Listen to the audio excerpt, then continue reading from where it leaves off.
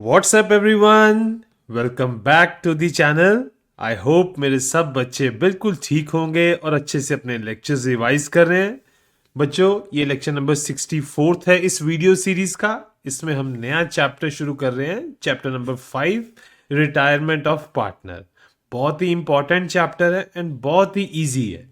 आप बस copy pen लेके बैठ जाओ, आपको एकदम से छोटे छोटे कॉन्सेप्ट्स के जरिए ये सारा चैप्टर कंप्लीट करवा दिया जाएगा। ठीक है, इस वीडियो में हम देखेंगे basics of retirement, liability and rights of retiring partner क्या होते हैं, पीएसआर चेंज कैसे होता है रिटायरमेंट के केस में, सैक्रिफाइसिंग एंड गेनिंग रेशियो इस केस में कैसे कैलकुलेट करी जाती है, और रिटायरमेंट के रिलेटेड इलुस्ट्रेशंस होंगे जो टीएस गरेवाल वॉल्यूम 1 से हमने लिए हैं।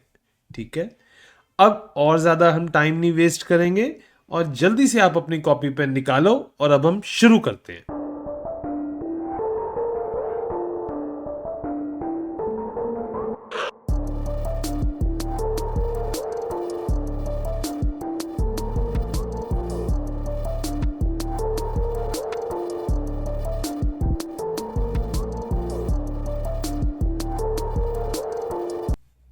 बच्चों, रिटायरमेंट का मतलब होता क्या है?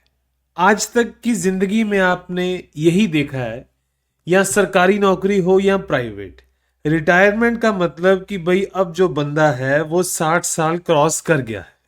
मींस उसकी जो एज है वो 60 ईयर्स हो चुकी है, तो भाई अब उसको काम हमने करना नहीं देना। यही होता है रिटायरमेंट का मतलब।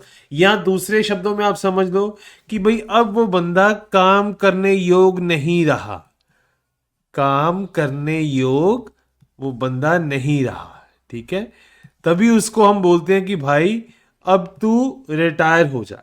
यही मतलब होता है रिटायरमेंट का।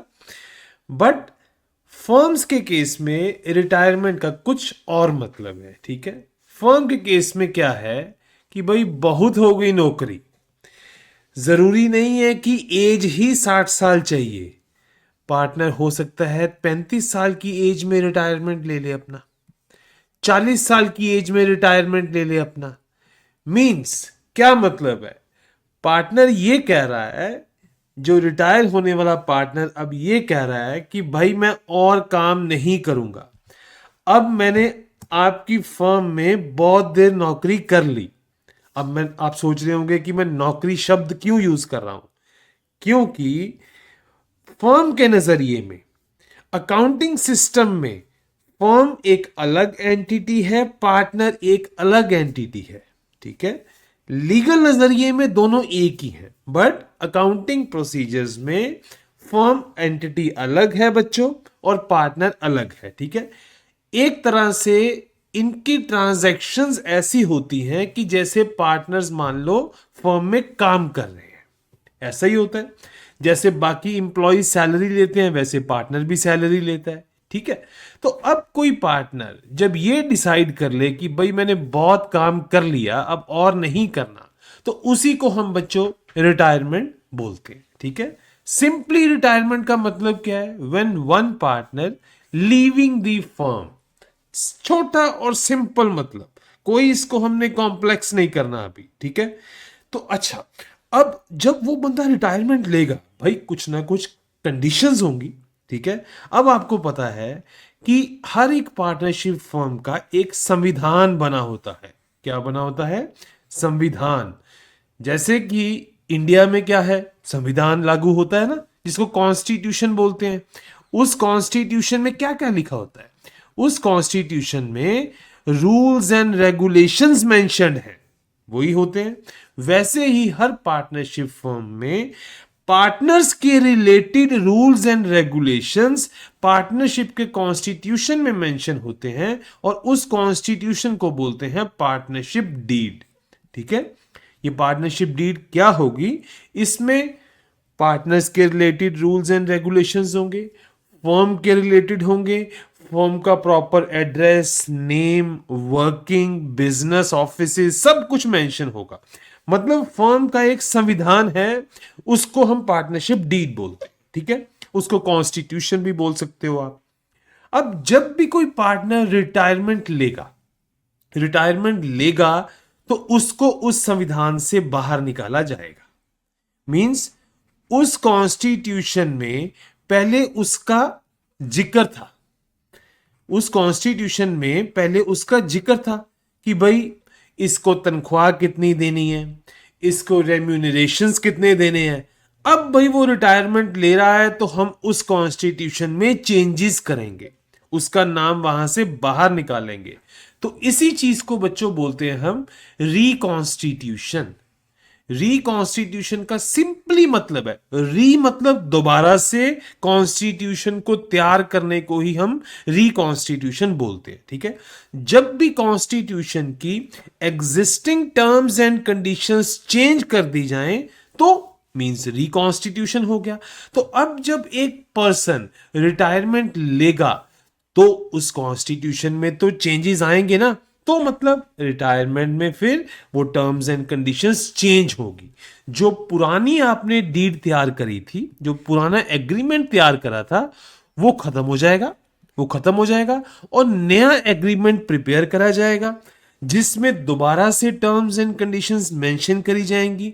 जो रिटायरिंग पार्टनर की वो जो उसकी ड्यूटीज थी वो बाकियों को डेलीगेट करी जाएंगी, जो उसके पावर्स थी वो बाकियों को डेलीगेट करी जाएंगी, जो उसका रेशो था, प्रॉफिट शेयरिंग रेशो, तनख्वाह, वो सब उसको चेंजेस करे जाएंगे।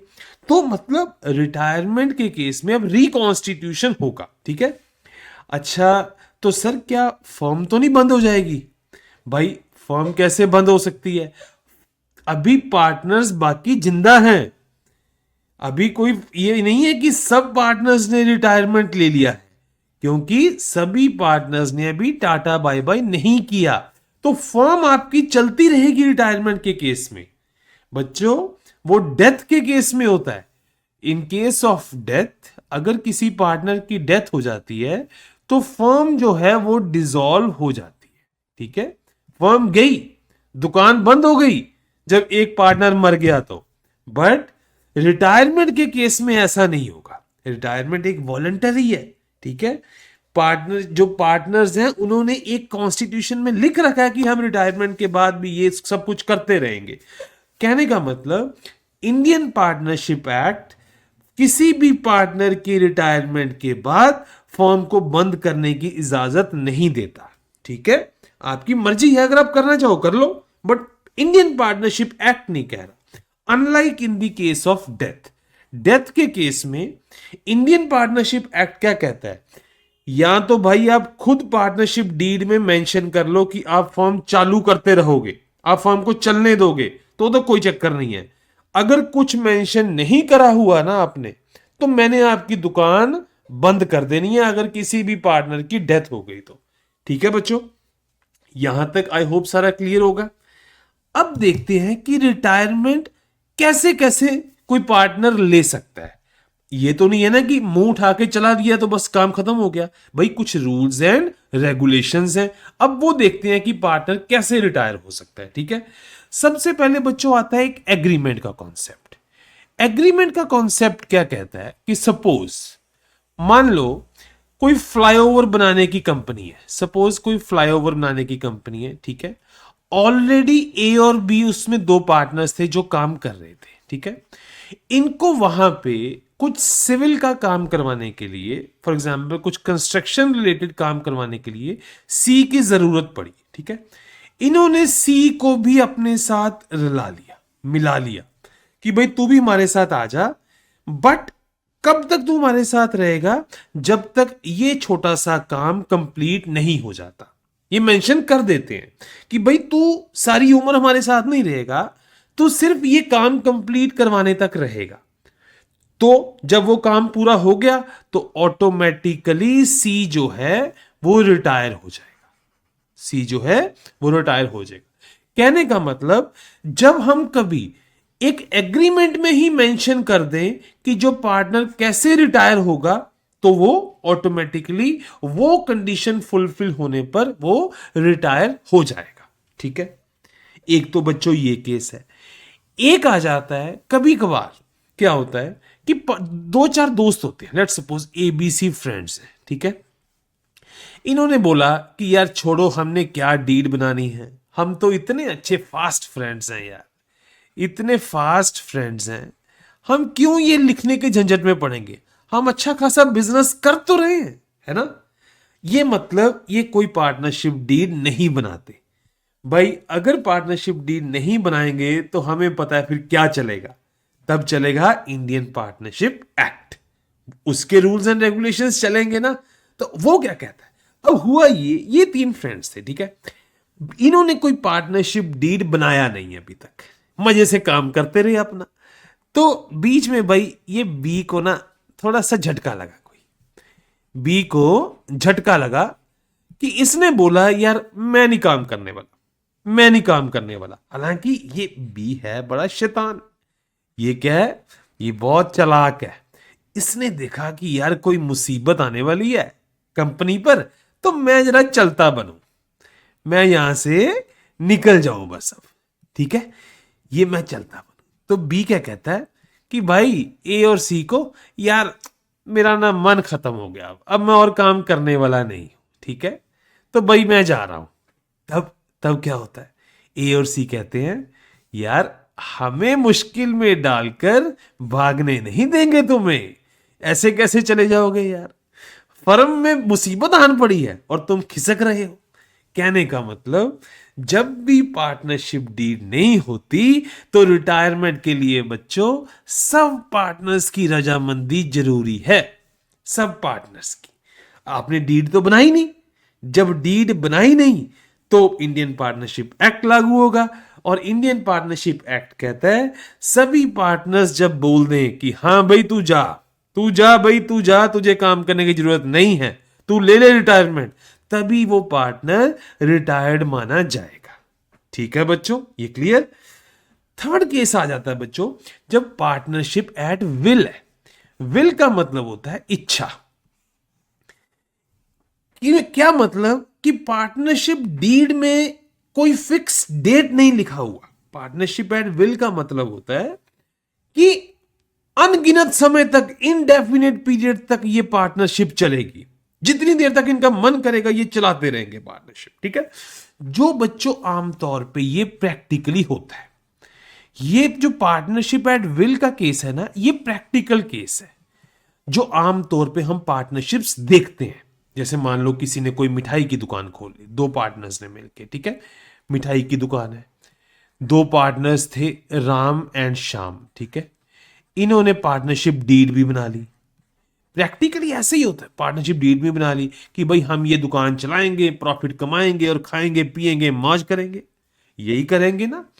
तो ये है पार्टनरशिप एट विल, मतलब इसमें कोई खत्म होने की बात नहीं कही गई, ठीक है। तो इस केस में जब अगर शाम का मन कर जाए कि भाई मैंने रिटायरमेंट लेनी है, और बीच में सपोज राम है, भाम है, राम श्याम और भी कोई है, ठीक है, नितिन है, कोई भी है, तो क्या शाम को सब की एक्सेप्टेंस लेनी पड़ेगी क्या? तब क्या कहता है इंडियन पार्टनरशिप एक्ट भाई, तब इंडियन पार्टनरशिप एक्ट क्या कहता है कि आप देखो अपनी पार्टनरशिप डीड, क्योंकि अब तो आपने बना ली पार्टनरशिप डीड, अब मेरा मुंह मत देखो। इंडियन पार्टनरशिप एक्ट कहता है अब मेरा मुंह नहीं देखना, अपनी पार्टनरशिप डीड जो आपका कॉन्स्टिट्यूशन है उसको देखो कि उसमें क्या रूल्स एंड रेगुलेशंस आपने रिटायरमेंट के रिलेटेड लिख रखे हैं। सपोज आपने उसमें लिख रखा है कि भाई किसी पार्टनर को रिटायर होने से पहले फॉर एग्जाम्पल 1 लाख रुपया कैपिटल देना होगा, मान लो, एक मैं आर्बिट्ररी कंडीशन लगाता हूं, तो भाई जब तक वो नहीं देगा वो रिटायर नहीं हो सकता। मान लो आपने लिख लिया कि एक पार्टनर को रिटायरमेंट से पहले 6 मंथ्स का नोटिस देना होगा, भाई अगर वो नहीं देगा तो वो रिटायर नहीं हो सकता, ठीक है ना। कहने का मतलब अगर जो प्रैक्टिकली पार्टनरशिप एट विल है वो बनी है और कोई एग्जिस्टिंग पार्टनर रिटायरमेंट लेना चाहता है, तो बच्चों पार्टनरशिप डीड के अंदर जो रूल्स एंड रेगुलेशंस रिटायरमेंट के रिलेटेड लिख रखे हैं वो ही लागू होंगे। ठीक हो गया। अच्छा तो सर हुआ ये, सर हम ना पार्टनरशिप डीड तो बन गई, पार्टनरशिप डीड तो एग्जिस्ट करती है, बट कोई रिटायरमेंट के रिलेटेड रूल नहीं बनाया उसके अंदर। हो सकता है बच्चों, हो सकता है कोई, क्योंकि पार्टनरशिप डीड का कोई संविधानिक फॉर्मेट नहीं है। आप कुछ भी मुंह उठा के उस पर लिख दो और वो एक तरह से कॉम्प्रोमाइज है, राजीनामा है कि भाई हम ऐसा काम करेंगे। अब मान लो उसमें आपने कुछ रूल्स रिगार्डिंग रिटायरमेंट नहीं लिखे, तो क्या होगा? रूल्स रिगार्डिंग रिटायरमेंट नहीं लिखे तो क्या होगा बच्चों? फिर रिटायरमेंट कैसे होगा? अब इंडियन पार्टनरशिप एक्ट भी अप्लाई नहीं हो पाएगा क्योंकि पार्टनरशिप डीड बन रखा है, उसके अंदर आपने लिखे नहीं है। तो तब इंडियन पार्टनरशिप एक्ट क्या कहता है? कोई भी रिटायरमेंट लेने वाला पार्टनर सिंपली फर्म को नोटिस दे दे और चलता बने, बस सिंपल रिटर्न नोटिस। अगर पार्टनरशिप डीड साइलेंट है तो, अगर पार्टनरशिप डीड के अंदर रिटायरमेंट के रिलेटेड कुछ रूल्स रेगुलेशंस मेंशन नहीं है, तो रिटायरिंग पार्टनर को बच्चों सिंपल एक रिटर्न नोटिस देना है और अपने घर पे बैठना है, बस इतना सा काम होगा। बट प्रैक्टिकली जो पार्टनरशिप डीड के अंदर नोटिस पीरियड मेंशन करा जाता है, अकाउंट सेटलमेंट मेंशन करा जाता है, मतलब उसमें पार्टनर को ऐसे भागने नहीं दिया जाएगा, उसके ऊपर जिम्मेवारियां हैं। तो जब तक बच्चों वो फुलफिल नहीं हो जाती वो भाग नहीं सकता। बट कभी कभार पार्टनरशिप डीड साइलेंट भी होती है ना? तो उस केस में सिंपल एक फर्म को चिट्ठी लिख दे कि भाई ऐसा है, मैं फलानी फलानी डेट से अलविदा चाहता हूं, मैं अब बस थक गया भाई, मैं थक गया और कोई काम नहीं करना मुझे, तो बस ठीक है। फिर कहने का मतलब उस केस में सिंपल एक रिटर्न नोटिस ही सफिशिएंट है बच्चों, ठीक है। तो ये 3 कंडीशंस थी बच्चों रिटायरमेंट लेने के लिए, ठीक है। अब बात करते हैं कि ये जो रिटायरमेंट वाला पार्टनर है, कहने का मतलब जो भाग रहा है, अब जो काम से भाग रहा है, अब उसकी कुछ जिम्मेवारियां भी तो होंगी ना कुछ। भाई वो एक तरह से मालिक है, कंपनी का मालिक है, जिसके सिर पर ताज है उसी को खाज है। मालिक है तो जिम्मेवारियां भी तो होंगी। अब देखते हैं कि उसकी क्या क्या जिम्मेवारियां रही हैं पहले, ताकि भाई ये ना हो कि रिटायरमेंट का हवाला देके वो फारक हो जाए सबसे, ठीक है। आओ एक बार देखते हैं क्या जिम्मेवारियां हैं, लाइबिलिटी क्या है रिटायरिंग पार्टनर की, ठीक है। सबसे पहले देखते हैं कि रिटायरमेंट की डेट से जो काम पहले हो चुके हैं उसके लिए वो लायबल रहेगा। पुराने पाप धोने ही पड़ेंगे बच्चों, ठीक है। सपोज मैं आपको एग्जांपल देता हूं। 31 मार्च 2025 को राम रिटायर हो गया, राम रिटायर हो गया, ठीक है। ये आराम से अपने घर पे बैठा हुआ, अब ये आराम से अपने घर पे बैठ गया, ओके। चाय कॉफी पीता है, रोज पीता है, आराम से घर पर बैठा है, ठीक है। तो हुआ ये 1 जून 2025 को बिजली बोर्ड क्या कहता है? बिजली बोर्ड इसकी फर्म को नोटिस भेजता है, इसकी फर्म को एक नोटिस भेजता है कि भाई पिछले साल मतलब 1 अप्रैल 24 से लेके 31 दिसंबर 24 तक तुम्हारा बिजली का सपोज 10 लाख का बकाया है, 10 लाख का बकाया है। भाई फर्म पे तो जो आन पड़ी, फर्म तो हो गई पागल कि भाई 10 लाख का नोटिस आ गया यार, पेमेंट करना पड़ेगा, ठीक है। अब ये याद करेंगे राम को कि यार तू भी तो उस टाइम था ना इधर, आजा भाई पेमेंट करनी पड़ेगी इसको। अगर उसी टाइम पेमेंट हो जाती तो तेरे से पैसे वसूल देते ना, तेरे से पैसे काटते। अब उस टाइम पेमेंट नहीं हो पाई तो भाई तेरे से पेमेंट होगी अब, ठीक है। कहने का मतलब अगर फर्म पुराने पीरियड का भुगतान नहीं करती तो जो बिजली की कंपनी है वो कोर्ट केस कर सकती है रिकवरी का, वो कोर्ट केस रिकवरी का फाइल कर सकती है और उसमें रिटायरिंग पार्टनर को भी रिटायरिंग पार्टनर को भी स्यू कर सकती है। ठीक है, वो ये नहीं बोल पाएगा कि भाई मैं तो रिटायर हो गया। कहने का मतलब जितने भी acts up to the date of retirement होंगे उसके लिए रिटायरिंग पार्टनर इक्वली रिस्पॉन्सिबल होगा। फॉर एग्जाम्पल जीएसटी का नोटिस आ गया 10 करोड़ का। अब बच्चों कभी भी कोई दूसरा डिपार्टमेंट जब पैसे क्लेम करता है ना, 10 करोड़ जैसे 20 करोड़ जितना भी, वो किसी ना किसी पीरियड के साथ रिलेट करते हैं। वो ऐसे नहीं होता कि हवा में होते हैं।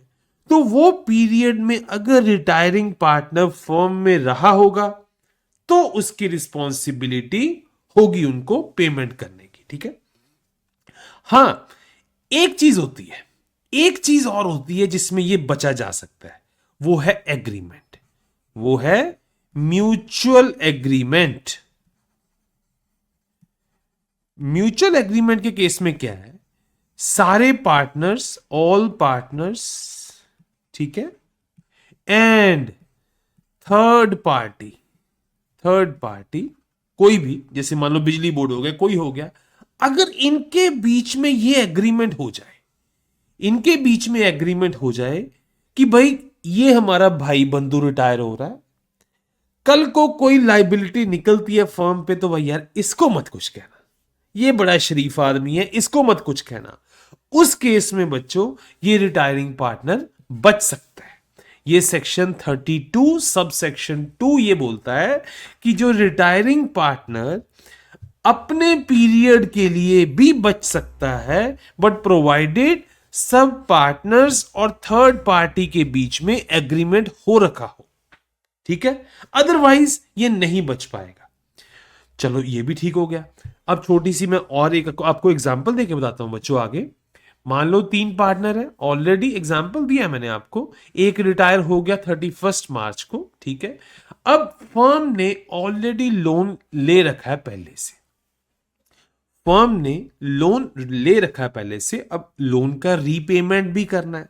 फर्म होगी बैंक करप्ट, होगी इंसॉल्वेंट, पैसा फर्म के पास नहीं है। ठीक है, तो बैंक चाहे, बैंक रिटायरिंग पार्टनर को भी कोर्ट केस में घसीट सकता है। रिटायरिंग पार्टनर जो है ना बच्चों, इसको भी पार्टी बनाएगा बैंक, इसको भी पार्टी बनाएगा बैंक। ठीक है, उसमें यह नहीं होगा कि यार ये रिटायर हो चुका है। अगर लोन जब लिया गया तब रिटायरिंग पार्टनर तो था ना कंपनी में, तो अब बैंक इसको भी पार्टी बनाएगा। ठीक है बच्चों, अब आई होप ये छोटी सी चीज आपको क्लियर होगी कि रिटायरमेंट से पहले के एक्ट्स के लिए सब पार्टनर्स रिस्पॉन्सिबल हैं। भाई मालिक रिस्पॉन्सिबल है जब उसकी मालकियत रही थी, जब काम हुआ था। ठीक हो गया। चलो अब देखते हैं रिटायरमेंट के बाद वाले एक्ट्स के लिए। बाद वाले एक्ट्स के लिए भी बच्चों रिटायरिंग पार्टनर रिस्पॉन्सिबल है। सर ये कैसे हुआ? मान लो 31 मार्च 25 को रिटायर हो गया एक बंदा, ठीक है, उसके बाद के पीरियड में यहां पे इस पीरियड का सपोज कोई डिस्प्यूट आ जाता है, तो जो कंपनी होगी या कोई पर्सन होगा वो रिटायरिंग पार्टनर को भी घसीट सकता है। क्यों? वो बोलेगा यार मुझे क्या पता कि ये पार्टनर अब नहीं रहा इस कंपनी में, आपने क्या कोई पब्लिक नोटिस दिया था? क्यों? वो बोलेगा मैंने तो यार जो इस कंपनी के साथ, जो इस फर्म के साथ मैंने ट्रांजैक्शंस करी, मैंने तो ये सोच के करी कि भाई रिटायरिंग पार्टनर भी अभी उधर ही है, क्योंकि मुझे तो उस पर गुडविल थी, मुझे तो उस पर फेथ था। ठीक है, अब मुझे क्या पता कि वो नहीं है। हां, अगर आपने पब्लिक नोटिस दिया होता तब ठीक था, तब कोई चक्कर नहीं था, बट आपने तो पब्लिक नोटिस नहीं दिया, तो भी जो रिटायरिंग पार्टनर है वो रिस्पॉन्सिबल रहेगा बच्चों। ठीक है ना। एग्जाम्पल देखो, 3 पार्टनर्स हैं मान लो, एक रिटायर हो गया सी 31 मार्च को, कोई पब्लिक नोटिस नहीं दिया, ठीक है, उसके रिटायरमेंट के बाद दोनों जो रिमेनिंग पार्टनर्स ने गुड्स परचेज करे क्रेडिट पे, ठीक है, किसी सप्लायर से, ठीक है, पेमेंट का डिस्प्यूट आ गया, पेमेंट हुआ नहीं। अब जो सप्लायर है ना, सप्लायर बच्चों मटेरियल इस शर्त पे भी इसको उनको देता रहा होगा कि भाई जो बहुत बढ़िया बंदा सी है ना, वो अभी भी काम कर रहा है वहां पे, वो आज भी पार्टनर है, इसी फेथ पर जो सप्लायर है वो मटेरियल देता रहा, ठीक है। उसको क्योंकि पता ही नहीं है, अब उसको पता कैसे चलेगा, ऑफिशियली उसको पता कैसे चलेगा, ऑफिशियली पता करने के लिए पब्लिक नोटिस चाहिए होगा बच्चों, वो दिया नहीं है, वो दिया नहीं है, वो सप्लायर बोलेगा भाई मेरे लिए तो तू पार्टनर है अभी भी, तो तू भी लायबल है, तो वो कोर्ट में बच्चों तीनों को घसीटेगा, फिर कोर्ट में वो तीनों को घसीटेगा, ठीक है। ये थी बच्चों लाइबिलिटीज रिटायरिंग पार्टनर की। अब सर क्या लाइबिलिटीज ही हैं या कुछ राइट्स भी हैं रिटायरिंग पार्टनर के? राइट्स भी होते हैं बच्चों, आओ आगे राइट्स देखते हैं। अब क्या क्या राइट है? गुडविल, यस, आपको पता ही है गुडविल, फ्यूचर में जो प्रॉफिट्स होंगे भाई, अब जो तीन पार्टनर थे पहले ABC, ठीक है, ये हो गया रिटायर। अब जो फ्यूचर में मलाई मिलेगी, जो फ्यूचर में प्रॉफिट्स के रूप में मलाई मिलेगी, वो ये दो खाएंगे ना, पर उसमें सी ने पूरी अपनी जान लगाई है। कहने का मतलब जो गुडविल का बेनिफिट लेंगे, अब ये दो ही ले रहे हैं, तो दो ही ले रहे हैं ना, तो भाई सी को कॉम्पनसेट तो करना पड़ेगा, सी को कॉम्पनसेट तो अब करना पड़ेगा, ठीक है। तो ये भी रिटायरिंग पार्टनर का राइट है कि गुडविल का शेयर जितना रिटायरिंग पार्टनर का लॉस हो रहा है, एग्जाम्पल के तौर पे बच्चों, एग्जाम्पल देखो, मान लो हमने गुडविल कैलकुलेट करा 1 करोड़, सी का शेयर, अभी सी का शेयर बात कर रहा हूं, ठीक है, सी शेयर इज 1 करोड़, ठीक है। कहने का मतलब अगर ये सी बना रहता, सी इस कंपनी में रहता, तो मान लो ये गुडविल आपने ना 2 इयर्स के लिए कैलकुलेट करी है, ठीक है, 2 इयर्स के लिए, तो टोटल प्रॉफिट सी को एस्टिमेटेड 1 करोड़ होता, ठीक है। अब सी टाटा बाय बाय हो गया, तो ये 1 करोड़ ए और बी में बटेगा ना, ए और बी में बटेगा, जबकि इस पर राइट किसका था? सी का, बट मिल किसको रहा है? ए और बी को। वो क्योंकि अपना राइट नहीं उनको मिल रहा, मतलब किसी दूसरे का ले रहे हैं, तो उनको इसको कॉम्पनसेट करना पड़ेगा in the form of goodwill, ठीक है। तो उनको ए और बी को सी को 1 करोड़ वापस करना पड़ेगा। शॉर्ट में जितना उसको गुडविल का लॉस हो रहा है, लॉ कहता है कि भाई गुडविल का लॉस नहीं होने देना, कल को प्रॉफिट जितना मर्जी कमाए, आपस में बांटें, कोई चक्कर नहीं है, बट जितना राइट सी का बनता था ना, वो उसको मिलेगा। कहने का मतलब जो गुडविल भी एक राइट है रिटायरिंग पार्टनर का, ठीक है। फिर और क्या क्या राइट है?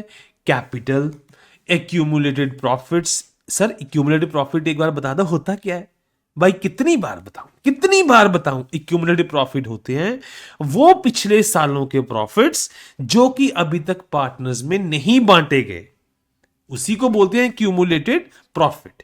रिजर्व्स, ये भी तो प्रॉफिट का हिस्सा होता है। अच्छा, इंटरिम प्रॉफिट लॉस क्या? सर ये बड़ी नई टर्म लग रही है भाई। इंटरिम प्रॉफिट लॉस उस फाइनेंशियल ईयर का लॉस और प्रॉफिट है। मान लो एक पार्टनर रिटायर हुआ 30/6 को, सपोज 30/6/25 को। अब भाई 31 मार्च को फाइनेंशियल ईयर क्लोज हो गया,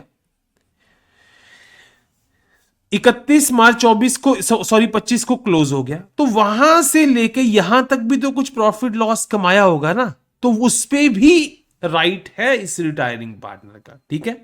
अच्छा, एसेट्स एप्रिसिएशन भी होता है। मान लो कोई जमीन है, ठीक है, जमीन है, आपको मैंने बच्चों ऑलरेडी ये समझाया हुआ है PSR चेंज वगैरह में भी कि एसेट्स भी एप्रिशिएट करते हैं, तो उस एप्रिसिएशन का बेनिफिट भी तो मिलेगा ना। सर आप तो बेनिफिट्स ही बेनिफिट्स बताते जा रहे हो, कुछ लॉसेस भी तो होंगे, ऑफ कोर्स होंगे बच्चों। आप समझ लो इसके कॉन्ट्रा जो चीजें हैं वो भी रिटायरिंग पार्टनर के खाते में आएंगी। अगर इक्यूमुलेटेड प्रॉफिट है तो इक्यूमुलेटेड लॉस भी होते हैं, इंटरिम प्रॉफिट है तो इंटरिम लॉस भी होगा, एसेट एप्रिसिएशन है तो एसेट डेप्रिसिएशन भी होगी। ये सब रिटायरिंग पार्टनर के राइट्स में आएंगे बच्चों, ठीक है। जल्दी से एक बार ओवरव्यू ले लो एडजस्टमेंट्स का। आपने ऑलरेडी चेंज इन पीएसआर में कर रखा है, आप एक बार ले लो ओवरव्यू। क्या क्या एडजस्टमेंट्स करोगे आप? न्यू पीएसआर निकालोगे, गेनिंग रेशियो कैलकुलेट करोगे, गुडविल की एडजस्टमेंट करोगे बच्चों, गुडविल की एडजस्टमेंट होगी, रीवैल्यूएशन करते हैं हम एसेट्स एंड लाइबिलिटीज की, जिसमें आप रीवैल्यूएशन अकाउंट बनाते हो, फिर रिजर्व्स की एडजस्टमेंट्स करते हो आप, ठीक है। जो आप रिजर्व्स की एडजस्टमेंट आ जाएंगी बच्चों, अनडिस्ट्रीब्यूटेड प्रॉफिट्स एंड लॉस का ट्रीटमेंट आ जाएगा, जिसको एक्यूमुलेटेड प्रॉफिट लॉस भी बोलते हो। फिर आप एक और चीज भी निकालोगे कि भाई जितना अब ड्यू कितना रह गया, अब भाई ये बंदा जा रहा है, अब टोटल इसको देना कितना है, वो कैलकुलेशन होगा। फिर आप फाइनली सेटलमेंट निकालोगे कि भाई अब इसका सेटलमेंट करना कैसे है, क्या इसको अभी के अभी सारा पैसा चुकाना है, या किश्तों में चुकाना है, या कुछ अभी चुकाना है कुछ किश्तों में चुकाना है, वो सेटलमेंट क्या होगा वो सारा करा जाएगा। फाइनली एंड में जो पार्टनर्स बच जाएंगे, अगर वो चाहें तो अपनी कैपिटल्स का एडजस्टमेंट कर सकते हैं अकॉर्डिंग टू न्यू पीएसआर। ये मैंने आपको बहुत बार कराया, इसमें भी हम करेंगे, ठीक है। ये सारी चीजें बच्चों हम करते हैं, आप ऑलरेडी कर चुके हो, फिर भी मैंने एक बार आपको रिव्यू करवाई है, आगे मैं इसके रिलेटेड आपको क्वेश्चंस भी करवाऊंगा, ठीक है। अब एक बार क्विक रिकैप ले लेते हैं कि रिटायरमेंट में होता क्या है। एक तरह से रिकॉन्स्टिट्यूशन है, फर्म फिर भी चलती रहती है, फर्म बंद नहीं होगी इसमें। रिटायरिंग पार्टनर की कुछ लाइबिलिटीज टिल रिटायरमेंट भी आपने देख ली और आफ्टर रिटायरमेंट भी देख ली, बट आफ्टर के केस में पब्लिक नोटिस जरूरी है, नहीं तो उसकी रिस्पॉन्सिबिलिटी फिक्स रहती है, ठीक है ना। राइट्स के केस में गुडविल, कैपिटल, प्रॉफिट सब कुछ आएगा, ठीक है ना। लॉसेस भी आएंगे, ये नहीं है कि सिर्फ प्रॉफिट्स ही आएंगे, लॉसेस भी आएंगे, ठीक है। और एडजस्टमेंट आप क्या क्या करते हो? पीएसआर एडजस्टमेंट, गुडविल का ट्रीटमेंट करते हो आप बच्चों, एसेट्स लाइबिलिटीज का करते हो, reserves, Capitals and due payment, सब कुछ आएगा। सब एक बार हम फिर से करेंगे जो हमने ऑलरेडी चेंज इन पीएसआर में करा था, एडमिशन में भी करा था, सब इसमें भी करेंगे, ठीक है। बट बच्चों अब बार बार सेम चीजें रिपीट नहीं होंगी, आपने खुद भी प्रैक्टिस करना है। मैंने आपको थोड़ा सा, मैं फास्ट चलूंगा इसमें, ठीक है। रिटायरमेंट में कुछ बहुत ज्यादा कुछ नहीं है, ऑलरेडी आपने कर रखा है, जो कुछ डिफरेंट होगा मैं उस पर ज्यादा इलेबोरेट करूंगा, ठीक है। सबसे पहले देखते हैं change in profit sharing ratio, ठीक है। जब भी रिटायरमेंट आएगी बच्चों, पीएसआर चेंज होगा कि नहीं होगा, जरूरी नहीं है बच्चों। देखो पार्टनर एक निकल रहा है, जरूरी नहीं है कि पीएसआर चेंज हो। हां एक चीज जरूर श्योर है कि इंडिविजुअल का शेयर जरूर बढ़ेगा, ठीक है। मान लो ये पार्टनर निकलेगा ना, तो नेचुरल है बच्चों इसका शेयर कहीं ना कहीं तो जाएगा ही ना, तो मतलब इनका शेयर जरूर बढ़ेगा कल को, बट जरूरी नहीं है कि पीएसआर चेंज हो। एग्जाम्पल मैं आपको देके बताऊंगा बच्चों। सपोज 3:1 पीएसआर था, लास्ट वाला जी रिटायर हो गया, जी रिटायर हो गया, तो ये भी हो सकता है बच्चों। देखो पहले था 3:2:1, ठीक है। ये भी हो सकता है कि पीएसआर ना चेंज हो, means it is also possible कि 3:2 ही रहे, और ये भी पॉसिबल है कि कुछ आप चेंजेस भी कर दो। लेट सपोज फाइनल रेशियो 7:5 भी आ सकता है। मतलब जस्ट मैंने एक आर्बिट्ररी एग्जांपल लिया है, ठीक है। मींस अगर कोई पीएसआर है, एक भाई साहब यहां से उड़ गए, ये फुर्र हो गए, ठीक है, तो जो न्यू पीएसआर है वो सेम भी रह सकती है और डिफरेंट भी हो सकती है, ठीक है। अब डिफरेंट किस केस में होती है बच्चों? देखो मान लो जो जाने वाले का शेयर कितना था, 1/6, ठीक है। आपने ये डिसाइड करा कि जो वो 1/6 है वो हाफ हाफ बंटेगा, मतलब सब, मैं एक एग्जांपल ले रहा हूं, ठीक है। मतलब वो किस रेशो में बंटेगा वो फिक्स कर लिया आपने, ठीक है। आपने कह दिया हाफ हाफ। अब भाई 1/6 का हाफ कितना आएगा बच्चों? 1/12 ही आएगा ना। 1/12 में बटेगा, तो बच्चों पीएसआर चेंज होगा। क्यों सर? जब कभी भी रिटायरिंग पार्टनर का शेयर ओल्ड के अकॉर्डिंग नहीं लिया ना आपने, अगर तो ओल्ड के अकॉर्डिंग ही डिस्ट्रीब्यूट कर लो तो बच्चों फिर तो पीएसआर चेंज नहीं होता। जब चेंज, अब तो आपने 1:1 कर दिया, तो अब पीएसआर चेंज हो जाएगा।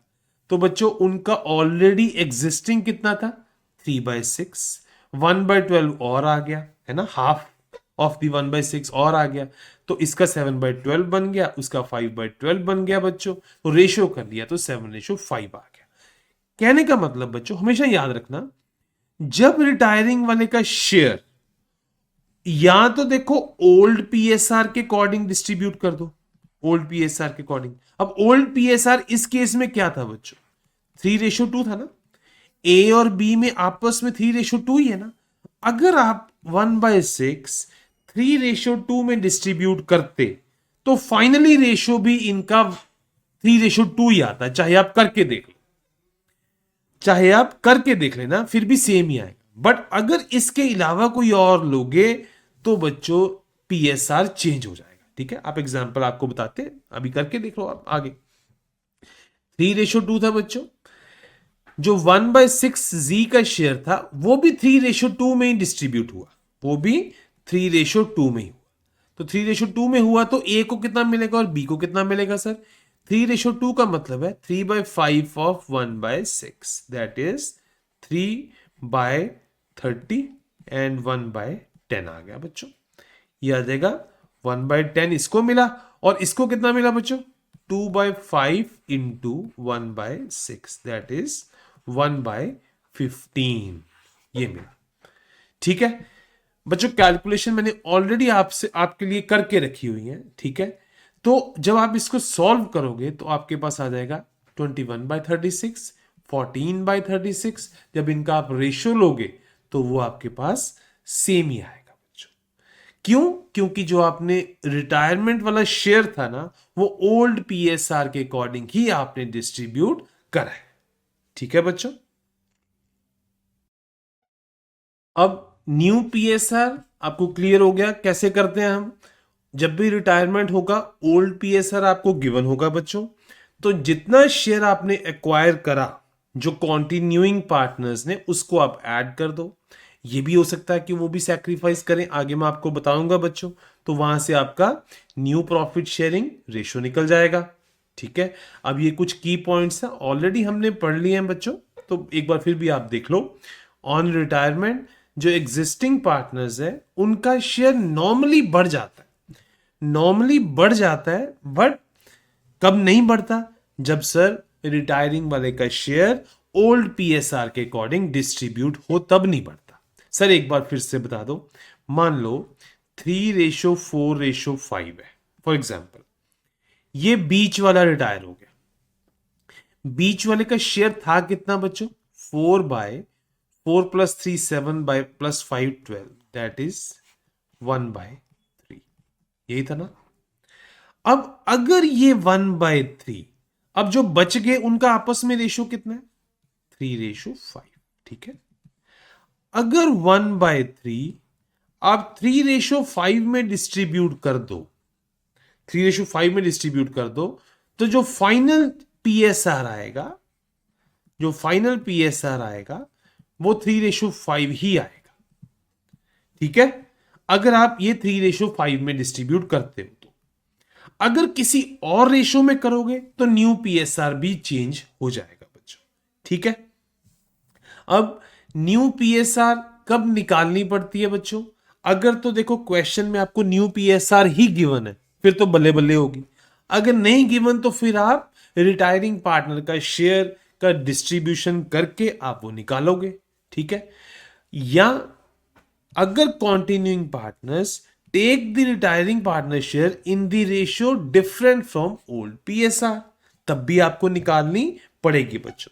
क्वेश्चन एक बार केसेस देखते हैं फिर आपको क्लियर हो जाएगा। New PSR is not given, अगर नई पीएसआर गिवन नहीं है ना बच्चों, तो सिंपली समझ लो कि रिटायरमेंट वाले का शेयर ओल्ड पीएसआर के अकॉर्डिंग ही डिस्ट्रीब्यूट हुआ है और न्यू पीएसआर ओल्ड पीएसआर के अकॉर्डिंग उतनी ही रही है। ठीक है, ये 3 पार्टनर थे रमन पवन। ठीक है, तो ये वाला रिटायर हो गया। अगर क्वेश्चन साइलेंट है ना बच्चों, तो फाइनल पीएसआर भी वही आएगी, फाइनल भी वही आएगी। ऑलरेडी अब मुझे बताने की जरूरत नहीं है ये कैसे कैलकुलेट हुआ है। ठीक है, अगर जाने वाले का शेयर ओल्ड के अकॉर्डिंग डिस्ट्रीब्यूट होगा तो जो नई पीएसआर है वो भी पुराने जितनी ही रहेगी बच्चों, ठीक है। इलिस्ट्रेशन देख लेते हैं बच्चों। 3 पार्टनर्स थे, ठीक है, ये उनका इंडिविजुअल का दिया, देखो इंडिविजुअल का प्रॉफिट दिया हुआ है, ये रेशो नहीं है, रेशो आप निकाल सकते हो, ठीक है। तो find the new PSR if Sachin retire. देखो अगर पहला रिटायर हो जाएगा तो क्या रहेगी रेशो, इन दोनों का रेशो ले लो बच्चों, 2/5 रेशो, रेशो को डिवाइड भी लिख सकते हैं ना अपन, 1/10। बच्चों बहुत सिंपल है, आपने कंफ्यूज नहीं हो जाना कि एलसीएम निकालो, मैंने आपको स्टेप बाय स्टेप प्रोसेस भी लिखा है, बट आप सिंपल डिवाइड कर दो यार। अगर देखो फर्स्ट वाला रिटायर हो गया तो क्या करोगे, 2/5 डिवाइडेड बाय 1/10। तो डिवीजन को आपने 10th में पढ़ा होगा कि जब मल्टीप्लीकेशन में चेंज करते हैं तो उल्टा हो जाता है, 1/10 10/1 में कन्वर्ट हो गया, तो ये क्या आ जाएगा बच्चों, it comes out to be 4:1। ठीक है, जब एक रिटायर होगा, वैसे ही जब दूसरा रिटायर होगा तो उनका उनका ले लो बच्चों। 1/2 को डिवाइड करना हो अगर 1/10 से, तो बच्चों मैथमेटिक्स सिंपल, डिवीजन को मल्टीप्लिकेशन में चेंज करना है, रेसिप्रोकल हो जाता है बच्चों, करने की बताने की जरूरत नहीं है, 5:1 आ गया बच्चों, ठीक है। तीसरा रिटायर होगा तो पहले दोनों की रेशो ले लो, ठीक है ना। वैसे ही एक सिंपल सा और दिया हुआ है, 3 पार्टनर्स थे, ये रेशियो दिया हुआ है, न्यू पीएसआर निकालना है, एक बार पहला रिटायर हो फिर दूसरा हो फिर तीसरा हो। तो बच्चों करना क्या, देखो अब इस केस में रेशियो दे दी, इस केस में रेशियो नहीं दी थी, नहीं दी थी तो हमने खुद रेशियो ले ली। अब अगर रेशियो ही दे दी, सपोज ये चला गया तो ये रेशियो रह जाएगी, यही बचेगी अगर कुछ नहीं दिया तो। अगर ये चला जाएगा तो ये रेशियो रह जाएगी 5:1। अगर ये चला जाएगा तो पहली 2 रह जाएंगी बच्चों, बहुत सिंपल है, ठीक है। फिर भी एक बार मैंने आपको आपके लिए कैलकुलेशन कर दी है सारी, आप देख सकते हो कि पहले आपने तीनों की रेशियो निकाल ली, ठीक है। तो ये फर्स्ट केस में 5:4:1 आ गया। अब अगर पहला रिटायर होगा तो इसको निकाल दो तो 4:1 बच गया बच्चों, दूसरा रिटायर होगा इसको निकाल दो तो 5:1 बच गया बच्चों, तीसरा रिटायर होगा तो 5:4 बच गया बच्चों, बहुत सिंपल है। दूसरे केस में देखते हैं बच्चों, 5:4:1 दिया था, पहला दूसरा तीसरा जो जो रिटायर होता जाएगा, जितना बाकी रह जाएगा तो वो हो जाएगा। अगर ये रिटायर होगा तो ये बच गया, 4:1 आ गया, बीच वाला रिटायर हुआ तो ये बच गया, 5:1 आ गया, ये थर्ड वन रिटायर हुआ तो 5:4 आ गया बच्चों, बहुत सिंपल है। कहने का मतलब क्या है कि अगर आपको जाने वाले का शेयर के बारे में कुछ नहीं लिखा कि वो डिस्ट्रीब्यूशन कैसे हो रहा है, तो हम मान के चलेंगे कि वो ओल्ड पीएसआर के अकॉर्डिंग ही हुआ है, और जो न्यू पीएसआर है वो ऑटोमेटिकली आप कैलकुलेट करके देखोगे तो वो ओल्ड के इक्वल ही आएगी बच्चों, ठीक है। सेकंड केस है बच्चों, जाने वाले का शेयर एक एग्रीड रेशो में डिवाइड होता है। जब एग्रीड रेशो में डिवाइड होता है ना, तो जो न्यू प्रॉफिट शेयरिंग है वो बदल जाती है, तब रेशो चेंज हो जाती है। तो जितना शेयर जिसको मिलना है बच्चों वो ले लो, तो उसके बाद उसको ऐड ऑन करके तो आप नई रेशो निकाल लो, बहुत सिंपल है। एग्जांपल से देखेंगे आपको क्लियर हो जाएगा। फॉर्मूला सिंपल है, पुराना शेयर जितना था प्लस एक्वायर्ड शेयर, ठीक है। तो इसी से आप गेनिंग रेशियो भी कैलकुलेट करोगे। हमने ऑलरेडी पढ़ा हुआ है कि गेनिंग रेशियो की जरूरत कहां पड़ती है बच्चों, गुडविल के केस में, गुडविल ट्रीटमेंट के केस में आपको गेनिंग रेशियो की जरूरत पड़ती है ना। अब एग्जांपल देखते हैं, 3 पार्टनर्स हैं, ठीक है, तीसरा रिटायर हो रहा है, तीसरे का शेयर है कितना बच्चों, 2/9। अब इन्होंने 4:3 में डिस्ट्रीब्यूशन नहीं करना है इसका, इन्होंने अपनी प्रधानगी दिखाई, इन्होंने बोला हम 4:3 में नहीं लेंगे, हम 2:1 में लेंगे। भाई 2:1 में लोगे ना तो फाइनल जो न्यू पीएसआर आएगी ना वो भी 4:3 नहीं आने वाली। अब देखो वो भी 16:11 आई है। सर निकाली कैसे, बहुत सिंपल है बच्चों, एग्जिस्टिंग जितनी थी किसी की भी, किसी पार्टनर की जो एग्जिस्टिंग थी प्लस जितना उसको गिफ्ट मिला, एक तरह से गिफ्ट, गिफ्ट का मतलब बच्चों गिफ्ट मत समझ लेना, कहने का मतलब जो जाने वाले का शेयर मिला, ठीक है। अब जाने वाले का शेयर था 2/9 बच्चों, मैं एक बार आपको करके बता देता हूं, 2/9 को 2:1 में डिस्ट्रीब्यूट करना है, 2:1 का मतलब है 2/3, 2:1 यही होता है ना। अब है क्या बच्चों, 2/9, it comes out to be 4/27। और यहां पे क्या आएगा, 1/3 into 2/9, it comes out to be 2/27। यही शेयर आ रहा है।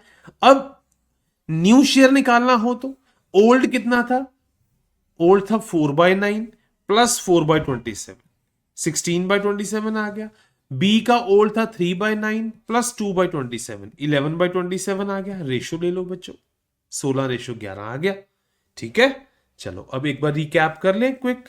If partners agree on how to take the retiring partners share then use that ratio बच्चों, तब नई पीएसआर चेंज हो जाएगी। ठीक है, अब इलस्ट्रेशन नंबर 2 देख लेते हैं। 3 पार्टनर्स थे, ये रेशियो है उनका, बीच वाला रिटायर हो गया।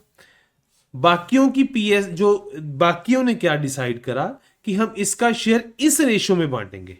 अरे सर, अगर तो आप इसके पुराने के अकॉर्डिंग बांट लेते फिर तो कोई झंझट ही नहीं था, फिर तो जो न्यू पीएसआर है वो भी आपकी 5:2 आ जाती। पर आपने दिखाई पैंचगिरी, आपने बोला कि भाई जो इसका शेयर है, इसका शेयर है कितना यार, एक बार देख लो, 538 + 2 10, 3/10 है। हमने वो डिस्ट्रीब्यूट करना है 2:1 में। 2:1 का मतलब है 2/3 इंटू 3/10, यही मतलब हुआ ना इसका 2:1 का। तो it comes out to be 1:1/5। और इसका कितना आएगा बच्चों, 2:1 है ना, 1/3 into 3/10, it comes out to be 1/10। इसका मतलब ए को मिलेगा 1/5, बी को मिलेगा 1/2। ए का पहले कितना था बच्चों, 5/10, दैट इज 1/2 इसका पहले था, 1/5 और मिल गया।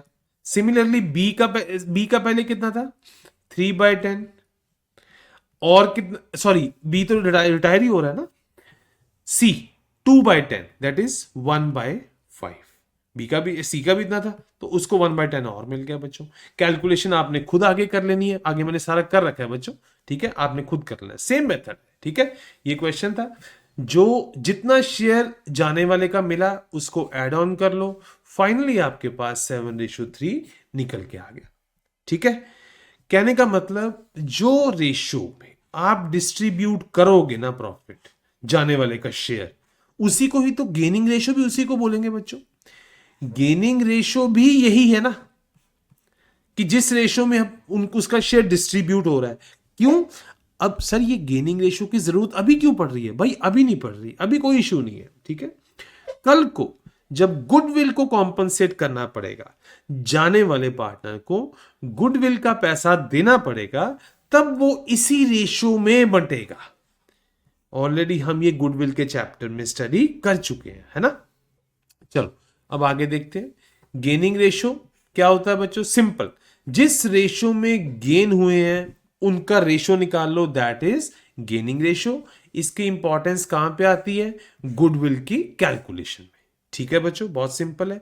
तो इसके लिए कुछ की पॉइंट्स हैं। Ratio of increase in profit share after retirement, उसी को गेनिंग रेशियो बोलते हैं। निकालने का मेथड क्या है बच्चों, new share minus old share कर दो। अगर तो क्वेश्चन साइलेंट है, देखो सपोज 532 है, मान लो ये रिटायर हो रहा है, क्वेश्चन साइलेंट रहा, इसका मतलब इसका शेयर 5:2 में बटेगा। ठीक है, तब तो बहुत बल्ले बल्ले है जी, तब तो गेनिंग रेशियो कैलकुलेट नहीं करनी, तब तो यही है, यही है, उसी में बटेगा। और न्यू पीएसआर भी यही रहेगी, और न्यू पीएसआर भी 5:2 रहेगी। पर अगर किसी ने प्रधानगी मारी, उसने बोला कि भाई 5:2 में नहीं बांटना, 1:1 में बांटना है, तब गेनिंग रेशो ये हो जाएगा बच्चों। ठीक है, या इसको सीधा सीधा नहीं बोला, आपको मान लो न्यू पीएसआर ही दे दी किसी ने, लेट सपोज न्यू पीएसआर दे दिया आपको 3:5, तब आप गेनिंग रेशो कैसे निकालोगे, न्यू शेयर भी पता है, ओल्ड शेयर भी पता है, माइनस करके निकाल लो, गेन निकल जाएगा, और जितने गेन आएंगे उनकी रेशो ले लो, that is gaining ratio. Already कर चुके हैं बच्चों हम। ठीक है, अब देखते हैं कैलकुलेशन।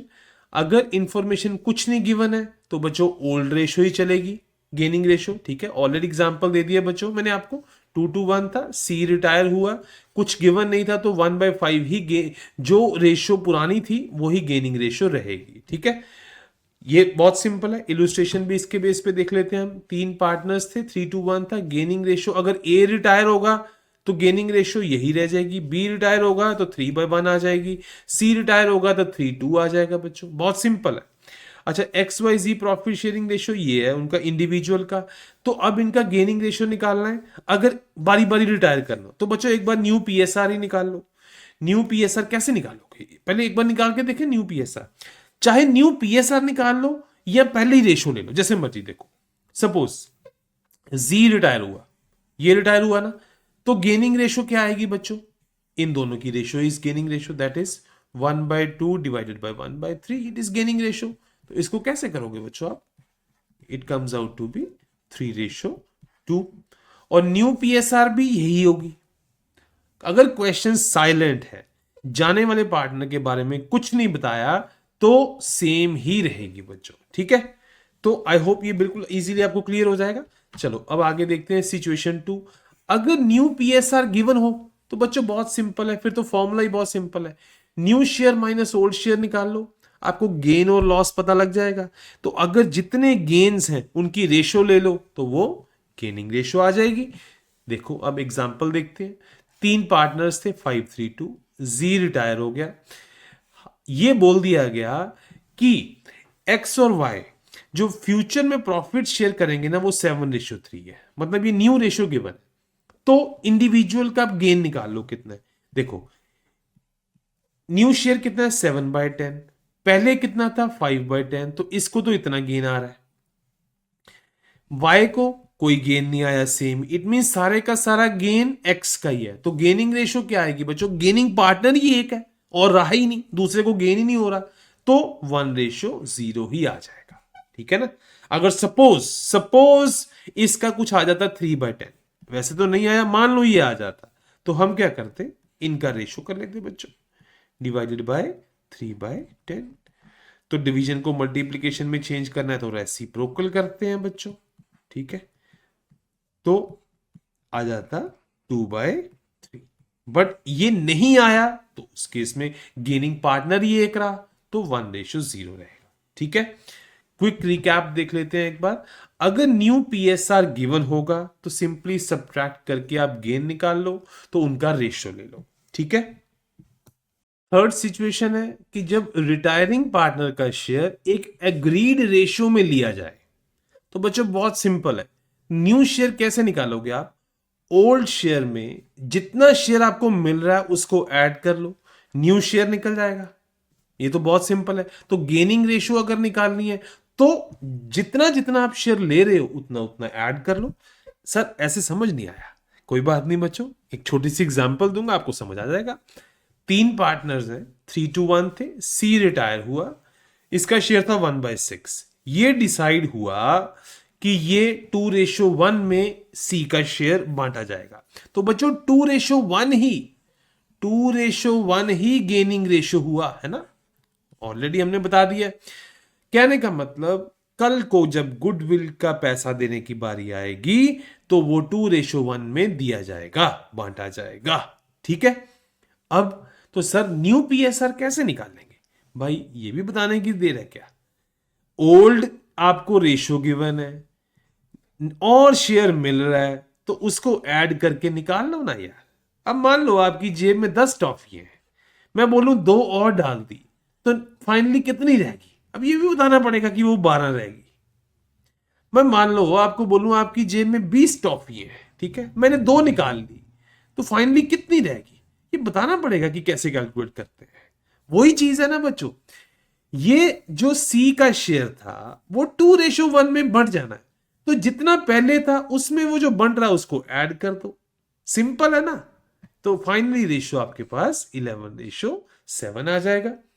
एक बार क्विक रिकैप करके देखिए। अब अगर पार्टनर्स एग्री करते हैं कि जो रिटायरिंग का शेयर किस में डिस्ट्रीब्यूट करना है, तो उस रेशियो को हम गेनिंग रेशियो बोल देंगे बच्चों।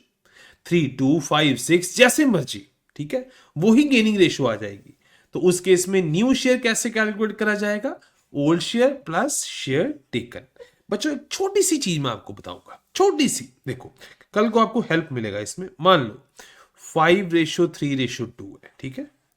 ये भाई साहब रिटायर हुए, मान लो ये भाई साहब रिटायर हुए, ठीक है। इनका शेयर कितना था बच्चों? 3/10, यही था ना। मान लो इनके रिटायरमेंट के बाद ये भी बेचारा बड़ा दुखी था, ये भी बहुत दुखी था। इसने ये बोला कि यार मुझे ना इसका कोई पैसा नहीं चाहिए, मुझे इसका कोई शेयर नहीं चाहिए, ठीक है। तो कहने का मतलब इसने ये बोला सारे का सारा शेयर इसको ही दे दो, म्यूचुअली डिसाइड हो गया, म्यूचुअली डिसाइड हो गया। तो अब न्यू शेयर ए का कैसे निकालोगे बच्चों? ओल्ड शेयर प्लस जितना मिला, कितना मिला बच्चों? सारे का सारा ही मिला, सारे का सारा ही मिला। तो ए का फाइनल प्रॉफिट शेयरिंग कितना आ गया? 8/10। बी तो रिटायर हो गया, और सी का कितना रहेगा? सी बोल रहा है भाई मैं उतना ही लूंगा यार, मुझे मुझे मत छेड़ो यार, मुझे उतना ही चाहिए जितना मेरे पास था। पहले कितना था? 2/10। अभी भी सी के पास 2/10 ही रहेगा, ठीक है। तो बहुत इजी हो गया। तो अब इनका रेशो कर लो बच्चों, फाइनली कितना रेशो आ जाएगा? 8/10 डिवाइडेड बाई 2/10।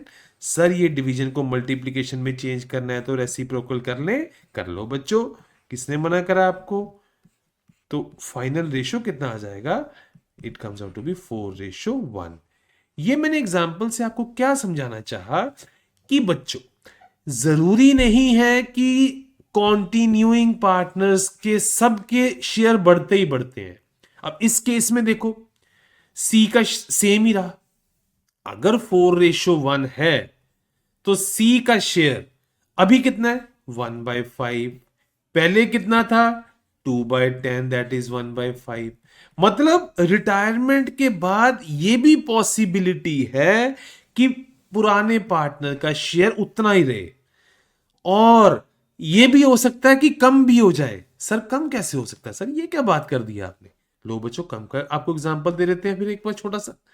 5:3:2 था, ये रिटायर हो गया, ये रिटायर हो गया, बचे ये बड़ा दुखी था। इसने बोला कि यार उसका सारा शेयर तो दे दो ए को ही, ठीक है। जितना मेरा बनता है ना, मेरा भी आधा उसको दे दो, मेरा भी आधा उसको दे दो। ये तो भाई बल्ले बल्ले होगी इसकी, इसकी तो बल्ले बल्ले हो गई। अब इसको कितना शेयर मिला? 5/10 इसका खुद का था, प्लस जो जाने वाला था, जो चला गया सॉरी, उसका भी पूरे का पूरा आ गया, ठीक है। यही बना ना बच्चों। प्लस सी ने भी क्या बोला था कि भाई मेरा शेयर जितना है उसका हाफ दे दो इसको, हाफ, ठीक है। मींस 1/10 इसको, उसका भी दे दो। तो अब कैलकुलेट करके देखो, 538 + 1 9, 9/10। अच्छा बी, अच्छा सी का कितना शेयर रह गया? सर सी का पहले कितना था? 2/10, यही था, माइनस, क्योंकि इसने अपना हाफ छोड़ दिया ना बच्चों, इसने अपना 1/10 छोड़ दिया, तो कितना आ गया इसका? 1/10। तो रेशो करेंगे तो क्या आ जाएगा बच्चों? 9:1। अब यहां से आप देख सकते हो कि सी का शेयर फाइनली हो गया 1/10, पहले कितना था? 2/10। कहने का मतलब पार्टनर रिटायर भी हो गया तो पुराने पार्टनर का शेयर भी कम हो गया। तो कल को जब गुडविल का डिस्ट्रीब्यूशन आएगा तो भाई ए को बोलेंगे तू ज्यादा खुश मत हो, तुझे पैसे रिटायरमेंट वाले को भी देने पड़ेंगे और ये जो तेरे घर पे बैठा है ना इसको भी देने पड़ेंगे, क्योंकि इसने भी सैक्रिफाइस करा है, ठीक है बच्चों। ये बहुत सिंपल सा मैंने आपको एग्जांपल दिया है, ठीक है। चलो अब एक छोटा सा डिफरेंस करते हैं सैक्रिफाइसिंग रेशियो और गेनिंग रेशियो में, और फिर अपना टॉपिक ये कंप्लीट करते हैं। देखो सैक्रिफाइसिंग रेशियो और गेनिंग रेशियो क्या होता है बच्चों? सैक्रिफाइसिंग की बात हम कब करते हैं? जब भी रिटायरमेंट हो, जब भी, सॉरी, सैक्रिफाइसिंग की बात होती है जब एडमिशन ऑफ पार्टनर, जब भी कोई नया पार्टनर होगा, ठीक है, तो वो शेयर घर से तो लेके नहीं आएगा, वो एग्जिस्टिंग पार्टनर से ही उसको शेयर मिलेगा, तब सैक्रिफाइसिंग की बात आ जाती है बच्चों। घूम फिर के बात वही आनी है कि किसको कितना नुकसान हो रहा है, किसको कितना फायदा हो रहा है, ठीक है। बस थोड़ी सी कहने की बात है। और गेनिंग रेशियो की बात कब आती है बच्चों? ये रिटायरमेंट पे या डेथ पे है। कोई टर्म्स ही अलग अलग हैं, फंडा सेम है सबके, ठीक है। मीनिंग क्या है? सैक्रिफाइसिंग रेशियो ओल्ड पार्टनर्स जिस रेशियो में सैक्रिफाइस करते हैं, गेनिंग रेशियो रिमेनिंग पार्टनर्स जिस रेशियो में गेन करते हैं बच्चों। ऑब्जेक्टिव दोनों के गुडविल के कॉम्पनसेशन ही है बच्चों, है गुडविल नहीं निकालनी है हमने, ठीक है। फॉर्मूला सैक्रिफाइसिंग के केस में ओल्ड माइनस न्यू करते हैं, गेनिंग के केस में न्यू माइनस ओल्ड। बच्चों जो मर्जी कर लो, आपको जब आप क्वेश्चन करोगे ना आपको पता लग जाएगा कि ये गेन कर रहा है, ये सैक्रिफाइस कर रहा है, ये रेशो इसका है। सिर्फ सिर्फ बात क्या आ जाती है, सपोज मैं आपको बताता हूं, मान लो 4 पार्टनर्स है, सपोज कहां पे दिक्कत कहां पे आती है, मान लो 4 पार्टनर है या 5 पार्टनर है, लेट्स सपोज, ठीक है। ये रिटायर हो गया, ठीक है। बी और डी आगे मान लो गेनिंग पार्टनर्स, ठीक है। ए और सी आगे सैक्रिफाइसिंग पार्टनर्स, ठीक है। अब होगा क्या, गुडविल का शेयर जितना आएगा ना, गुडविल का शेयर देखो, सैक्रिफाइसिंग वालों को तो मिलना है, सैक्रिफाइसिंग वालों को मिलना है। मान लो ए और सी को टोटल मिलना है 1,00,000 रुपया, ठीक है। इनमें कोई डिस्प्यूट ना आए इस वजह से हम सैक्रिफाइसिंग रेशियो निकाल लेंगे, तो 1,00,000 सैक्रिफाइसिंग रेशियो में बढ़ जाएगा, ठीक है। अब ये 1,00,000 बी और डी से चार्ज करा जाएगा ना, तो ये आपस में ना लड़े, तो वो गेनिंग रेशियो निकाल लेंगे हम बी और डी का, तो उस रेशियो में उसको बांट देंगे। सिंपल, ये डिस्प्यूट कल को रोकने के लिए होता है, ठीक है। अब एक बार क्विक रिकैप कर लेते हैं। सैक्रिफाइसिंग रेशियो देखो कैसे रो रहा है, ये रो इसलिए रहा है बच्चों क्योंकि जब भी एडमिशन होता है ना, तो जो एग्जिस्टिंग पार्टनर्स हैं उनका रोना निकल जाता है। क्यों निकलता है बच्चों? क्योंकि उन्हीं का तो शेयर आने वाले पार्टनर को मिल रहा है कुछ, ठीक है। और गेनिंग रेशियो में देखो कैसे दांत दिखा रहा है, ये दांत बच्चों इसलिए दिखा रहा है क्योंकि जाने वाले का शेयर जो कॉन्टिन्यूइंग पार्टनर्स है उनको मिल रहा है, उनको मिल रहा है, इसी वजह से इसके दांत निकल रहे हैं। इस केस में ये रो इसलिए रहा है बच्चों क्योंकि जो नया पार्टनर आ रहा है वो इनका शेयर ले रहा है, ठीक है। तो ये बच्चों छोटा सा एक कॉन्सेप्ट था, आई होप आपको ये अच्छे से क्लियर हो गया होगा, ठीक है। फिर भी कोई डाउट रह जाए आपने कमेंट सेक्शन में जरूर पूछना है, ठीक है। और अगर ये वीडियो आपको यूजफुल लगा है, आपने अपने फ्रेंड्स एंड फैमिली के साथ भी शेयर करना है। आपको बच्चों बड़े ही आराम से मजे से पढ़ाया जाएगा, उसके कारण थोड़ी सी क्लास ये लंबी भी हो सकती है, पर मेरी स्पीड यही रहेगी। मेरा पर्पस आपको जल्दी से पढ़ाना नहीं है, आपको अच्छे से पढ़ाना है, ठीक है। और आई होप आपको ये अच्छा लगा होगा। लाइक शेयर एंड सब्सक्राइब जरूर करें। चलो बच्चों, मिलते हैं आप नेक्स्ट वीडियो में।